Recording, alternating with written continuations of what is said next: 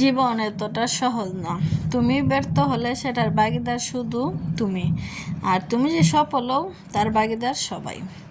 তো আসসালামু আলাইকুম ভিউয়ার্স, সবাই কেমন আছেন? তলাজুটি লাইফস্টাইল ব্লগ থেকে আপনার সবাইকে স্বাগতম। তো নতুন একটি দিন, নতুন একটি সকালে আপনাদের নিয়ে একটি ভিডিও শুরু করলাম।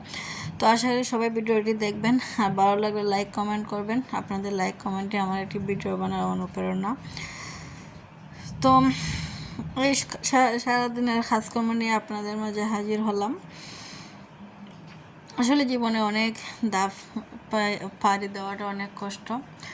যে তুই দিন যেতেছে, দিনের কষ্টগুলো এখানে জানি মাথার মাঝে অনেক বড় বোঝা মনে হইতেছে। তো জীবন তো চালাতেই হবে, জীবন যার মতন চলতে চলুক, আর আমিও চলতেছি।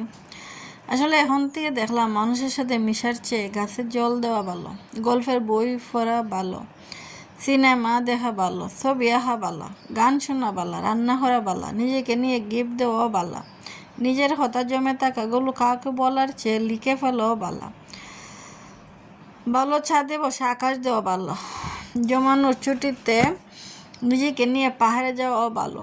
তবু মানুষের সাথে না মিশাই ভালো, মানুষের সাথে মিশে যাওয়াতে পিছিয়ে দিয়ে যায়। আসলে কথাগুলো অনেক সত্যি।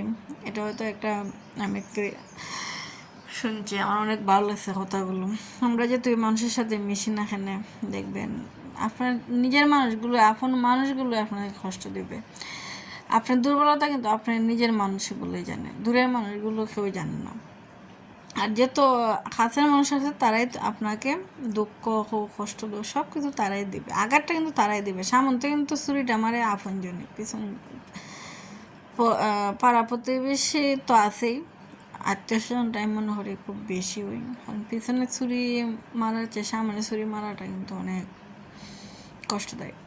তো যাই হোক, আমাদের জীবনে তো চলার পথে চলতে হয়, অনেকের সাথে চলা, কথা বলা বা মিশা, তো কিছু করার নাই, সব কিছু মিলেই চলতে হয়। তো এখন তো আর মানুষের সাথে তেমন একটা মিশতে ভালো লাগে না, আর মিশিও না তেমন। নিজের মতন তাহার চেষ্টা করি সারাদিন। তো ঘরের কাজকর্ম, আপনাদের সাথে ভিডিও শেয়ার করা, আমার এইগুলো নিয়ে আপনাদের সাথে আমার দিন কাটে। কেন জানি দিন দিন কথা কম বলতে বলতে আর এখন কথা বলতে ইচ্ছা করে না। ভিডিও বয়সটা যে দেই, কথাগুলো অনেক কষ্ট করে বের করি, কথাগুলো যেন মুখে দেওয়ার হয় না, আসতে চায় না। তো কথাগুলো বলতে আসলে আমি অনেক সময় অনেক কষ্ট করে কথা বলি, কেন জানি না দিন দিন কথা বলতে আর ইচ্ছা করে না। তো এর মাঝে দেখেন আমার অনেক কাজকর্মগুলো সেরে নিতেছি, আর এর মাঝে আমার বেঁচে থাকা। আর বৃষ্টির দিন হলে তো দেখবেন কাপড়ের এত বেশি পরিমাণ দোলা হয়, এত পরিমাণ মানে ধুইতে হয় যা বলার বাইরে। তো এতগুলো কাপড় রোদে শুকাই আনলাম, একটু সময় রোদ দিয়েছিল হালকা, কিন্তু অনেকগুলো কাপড় ধুয়ে দিছি। তো অনেক কিছু শুকাইছে, বাট আজকে ভালো করে শুকাইয়া এগুলো আবার জায়গায় রাখবো। এক এক করে গুছিয়ে নিতেছি, যেগুলো যে রুমের এগুলো গুছিয়ে রাখতেছি। আমার রুমেরটা আমি নিয়ে যাবো, গুছাইবো, আর আমার রুমেরটা আমি আমার রুমে রেখে দিতেছি। যেহেতু এই রুমে আলনা ইউজ করি না, তো ওয়ার্ডরোবে রেখে দিই। আর আমার তেমন একটা কাপড় এই রুমে যেগুলো নিত্য প্রয়োজন এগুলোই রাখা হয়, আর অন্য রুমে রাখা হয় যেগুলো বাইরে যাওয়ার কাপড়।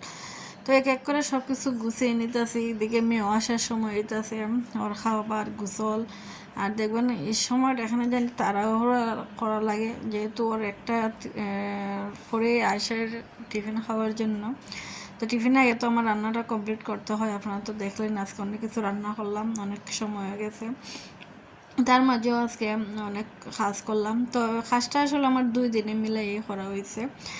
আর আমি যেহেতু ভিডিও একদিন পর দিই, তাই 2 দিনে কাজে জমা দিই। তো ভালো থাকুন বিকজ আসসালামু আলাইকুম।